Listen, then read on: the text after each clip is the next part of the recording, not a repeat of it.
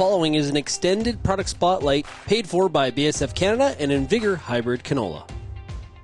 Hey everyone, I'm Sean Haney, host of Real Ag Radio on Rural Radio 147 Sirius XM, also founder of Real Agriculture.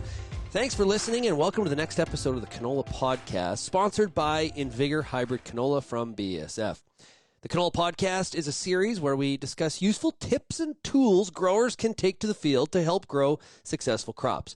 Now, don't forget to also visit canolaschool.com to see agronomic videos from Real Agriculture and BASF. You can find that at the Real Agriculture website, like I just mentioned, or also on the Real Agriculture YouTube channel.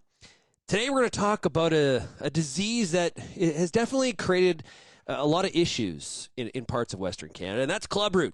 And talking about its spread, as well as we'll get an update that BASF is what they're doing around the pathotype in terms of testing and how it all relates back to some of the Invigor hybrids.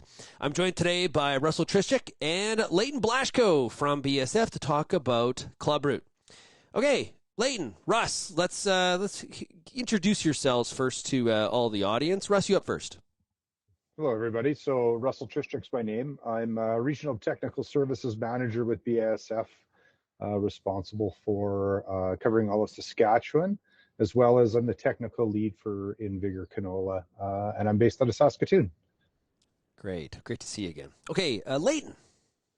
Yeah, I'm a Senior Tech Service Specialist with BASF, as well as the Clubroot lead for BASF Canada. And I walk many canola fields looking for patches of Clubroot. I've seen lots of Clubroot, especially in my neck of the woods. So every year I walk those fields. And my role is to help growers with the management of this important canola disease. So I've kind of seen it come full spectrum from when it was first spotted in Western Canada, typically right around Edmonton. And then, it's spread a lot around the area. So I've seen a lot of it for sure. Okay, so Leighton, let's start with you. Walk us through the actual what is Clubroot. I think everyone hears a lot about it, but let's break it down a little bit and where, because it is regional in nature, based on conditions, where we would expect to see it. Well, sure. Maybe just kind of starting at a 40,000-foot level. I guess it's a pathogen that's caused by Plasmodium brassicae. And it's a disease that starts by affecting the roots of canola. And then what happens is those roots form galls. So these are like club formations. They look like a club. Instead of a nice normal root hairs, you've got this big gall formation. And these galls are what restrict the flow of nutrients into the plant. So that's when you'd see those, further above ground symptoms like stunting, wilting, some bare patches in your canola stand. And as far as its spread, really now it is Canada-wide, so in all the canola growing areas. So certainly there's pockets where it is more prevalent, but we do see it across Canada's canola growing region. So once upon a time, it was typically we would focus in on it being a central Alberta or north central Alberta problem, but that's not the case anymore. So even though, a grower may not have seen it in their farming community or on their farm, they really should be aware of it now because it is popping up, across the whole canola growing region. So it's really progressed. I would say it's progressed and it has evolved over the past number of years. So in the heart of Clubroot areas where it started, around, the Edmonton area, north central Alberta, it's not just the concern of whether there is Clubroot. It's really now we're talking about pathotype shifts. And the diversity of those pathotypes is what's causing growers concern. So, to sum it up, it's everywhere, but there's other areas where, it needs a little more detailed attention than some of the places where it's just starting out. Yeah, it's interesting how that has evolved. So Russ, if there is an issue suspected, what options are out there for farmers to actually test whether Clubroot is prevalent in their fields? So now there are tests available at a lot of the seed testing, soil testing laboratories for the presence or absence, right? So it's kind of a simple yes or no answer. Are the soils that you have in these fields infected with clubroot?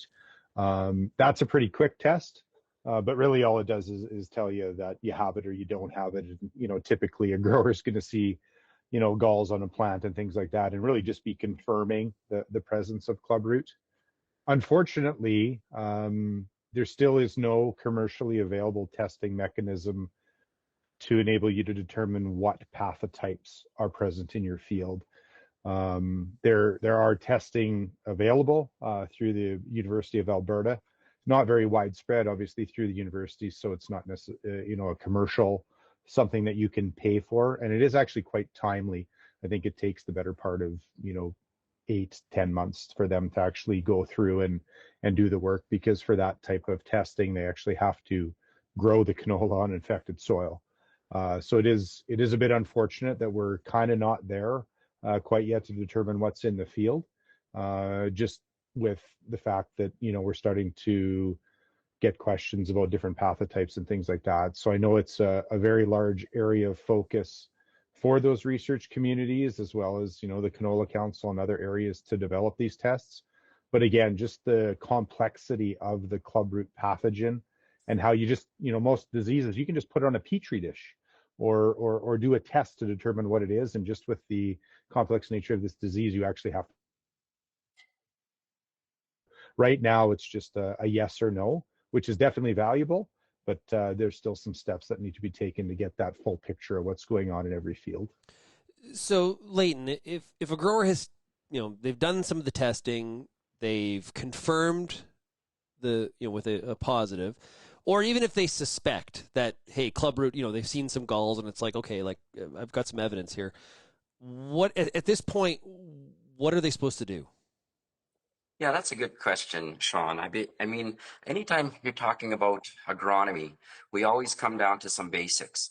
And that's where we've landed here too. It comes down to IPM, or integrated pest management, for this disease, a lot like managing other diseases. So in terms of clubroot, what IPM really means is you want to keep the spore levels low and local. So one clubroot gall, as I was mentioning, on a single plant, if that was all you had in a field, or all the farmer ever had, can contain approximately 16 billion with a B, spores. So that's how concentrated, or how much it can be. And those spores are so tiny. They say they're about 3 microns in diameter. And just for reference, a human hair is about 40 microns in diameter. So they're extremely small. That's why so many can get packed in one clubroot gall. And that's why you want to keep it, like I said, low and local. So to that vein, I guess what you'd want to do, there's a number of things. Rotation, crop rotation is key. That's one of the key things. So definitely you would not want to grow more than one canola crop every 3 years. So that would be the, where you'd want to make sure your rotation is diverse with other crops.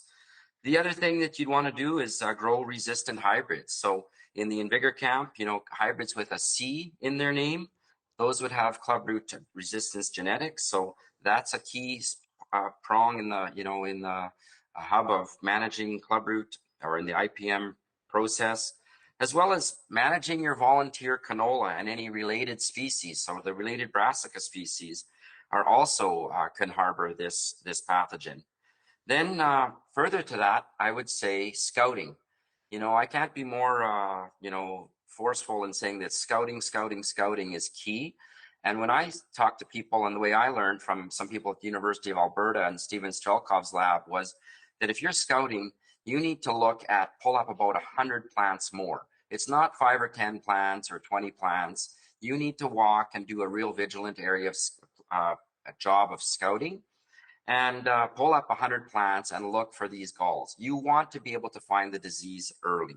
So scouting is important. And then if some people ask me, well, where would you scout? So field entrances are often where the disease comes in, because sanitation is so important. So equipment, soil falling off of equipment, for example, an air drill, when you pull into the field and you wing it out for getting to seed, that's when some chunks of soil can fall off. So if you're bringing it from one field to another, that's where you might see it. So those field entrances is key to where you'd scout. And then one last piece in this whole IPM approach would be patch management. If you do see it, there's things you can do. If it's only one small patch in your field that might be the size of, I don't know, a kitchen table or maybe a small room, you can isolate that patch. So pull out those plants, isolate that patch, do some things like maybe some grass is seeded there and you seed your crops around that area for a few years just to let those spore levels drop. So you don't want to be dragging it across the field and into your next fields by any means. So those would be the things. I know there's a lot of prongs to this approach, but IPM would be key, and those are the key pillars that I think would be part of it. Okay, so from BASF's perspective, and we're talking about, thinking about hybrids, and that's, one of the tools when it comes to managing this. What is BASF recommending when it comes to clubroot resistant hybrids then? Yeah, at BASF for the Invigor lineup, we have, as of now, moving forward, all hybrids that we bring to market will have a C or be clubroot resistant. So they'll have the genetics. Now, they'll be brought into one of two camps. Either we have our first gen hybrids or our second gen hybrids. And we have a recommendation. So we have a flow chart that growers or retailers or agronomists can follow where a grower can decide what's their risk level. And they could grow, for example, a first gen hybrid for 2 cycles with vigilance scouting as well in those fields. So that would be over like a 6-year period, let's say, if you're following the one canola crop in 3 years. And then after that, if they're either at the time when they've either found some clubroot, they should switch to a second gen, or if they've gone through 2 cycles and they want to move on to the second gen, that's the point when they should go to second gen hybrids. Because the reason they might find it is you might have some pathotype shift, or sometimes people use the word breakdown, but it really means that the pathotypes were there and they've shifted to have to favor certain ones over others. And those are ones that the first gen hybrids may not control. So that's when growers need to look at the second gen hybrids in our lineup. Okay, Russ, I got to ask, because I know a lot of the audience probably is rolling this through their mind. What is the difference between first and second generation?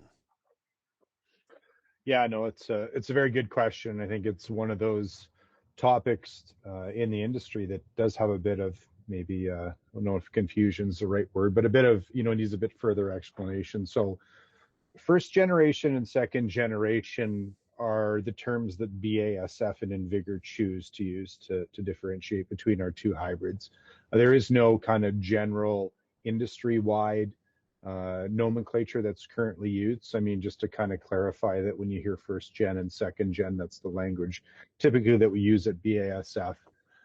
When we refer to the first generation clubroot hybrids, those are they contain the resistance that came from the Mendel winter canola hybrid. And that was developed as a consortium when clubroot was really first discovered in Western Canada. And, every canola hybrid that has this Mendel based genetic resistance would be identical. So when we refer to first generation of BASF, that's what we refer to. When we refer to second generation, that's hybrids that have additional complementary, supplementary genetics added to them to add resistance to additional pathotypes. So if you think of that original Mendel resistance, it was really 2F, 3H, 5I, 6M, and 8N that were resistant to. If you think of our second generation, when we add the extra genetic components, and they do vary from hybrid to hybrid. So that's why we choose specifically to say second gen and not use other terms with regards to genetics, because they may become outdated or may be confusing. We've really added resistance to, the 3As, the 3, the 3D, 5X, et cetera.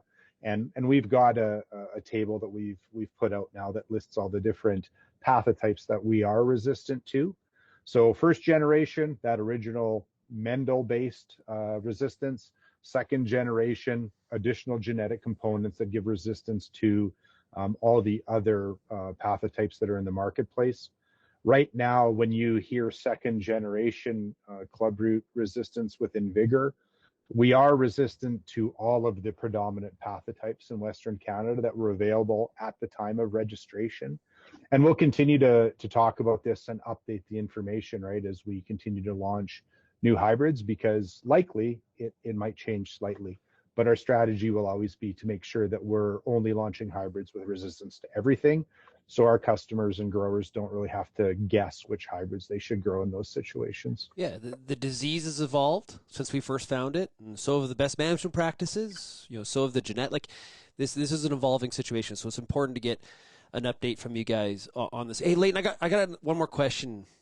There's potentially some growers out there that are sort of complacent. One, maybe they haven't necessarily seen it before. They're also hearing a lot about drought. They assume that you need wet conditions in order to have clubroot. Like, what about going into a dry year like we have right now? And that can change, but right now we have a bit of a dry bias in the Western Canadian prairies. How do you have to worry about in a year like this, or is this something you still got to stay on top of? I would say, Sean, that we still need to stay on top of it, because if you make some management decisions here in the winter months that could potentially put you in jeopardy when we maybe do get some, normal conditions or the odd rainfall event or water movement, then you're putting yourself at a big risk. So I'd say be vigilant, keep the foot on the gas and do the right thing. And I think the right thing, growers, they know what the right thing to do is. Now there's a lot of choices in the marketplace with the proper genetics. So I would suggest that they, keep the proper agronomy top of mind. Awesome stuff. Hey, Russ, Leighton, this has been great. And like I said, this is a topic that does evolve, and so it's really, really important to get an update. And really, thank you for doing that today about Clubroot. Thanks for listening, everybody out there. And hey, don't forget to visit canolaschool.com to check out videos from Real Agriculture and BASF on really a wide range of topics throughout the growing season. You can find that by going to canolaschool.com or at the Real Agriculture YouTube page. Best of luck, everybody out there in the 2024 growing season, and we'll chat with you again soon. Cheers, everybody.